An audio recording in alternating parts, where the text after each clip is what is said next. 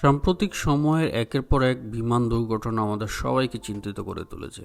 2025 সালের মাত্র 3 মাসের মধ্যেই কয়েকটি বড় দুর্ঘটনা ঘটেছে। আসলে কি হচ্ছে? বিমান ভ্রমণ কি আসলেই ঝুঁকিপূর্ণ হয়ে উঠেছে?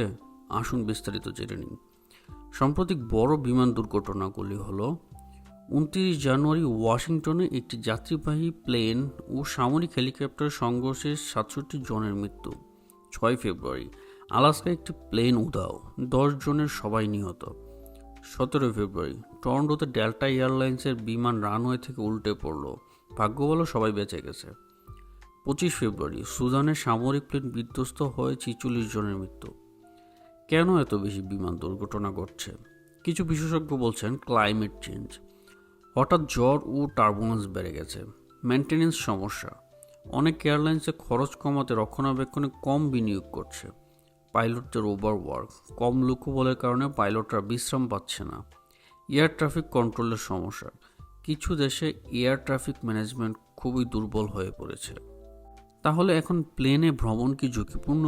পরিসংখ্যান বলছে প্রতি বছর বিশ্বে প্রায় 40 মিলিয়ন ফ্লাইট পরিচালিত হয়, এর মধ্যে দুর্ঘটনার সংখ্যা খুবই কম, মাত্র 0.0002%। এর মানে হলো বিমান দুর্ঘটনা অনেক বড় খবর হলেও প্লেনে ভ্রমণ এখনও সবচেয়ে নিরাপদ। ভবিষ্যৎ নিরাপত্তা বাড়ানোর জন্য কি করা উচিত? নতুন প্রযুক্তি, এআই এবং অটোমেশন দিয়ে আরও ভালো নিয়ন্ত্রণ, নিয়মিত চেক আপ, প্লেনের রক্ষণাবেক্ষণে কঠোরভাবে মানতে হবে, পাইলটদের প্রশিক্ষণ ও বিশ্রাম, ওভারওয়ার্ক না করানো।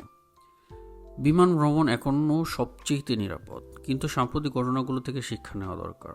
ভবিষ্যতে এরকম দুর্ঘটনা কমাতে আমাদের আরও উন্নত প্রযুক্তি ও নিরাপত্তা ব্যবস্থা গ্রহণ করতে হবে। আপনার মতামত কি? আপনি কি এখনও নিশ্চিন্তে প্লেনে ভ্রমণ করেন? কমেন্টে জানান। ভিডিও ভালো লাগলে লাইক দিন, শেয়ার করুন এবং চ্যানেলটি সাবস্ক্রাইব করতে ভুলবেন না।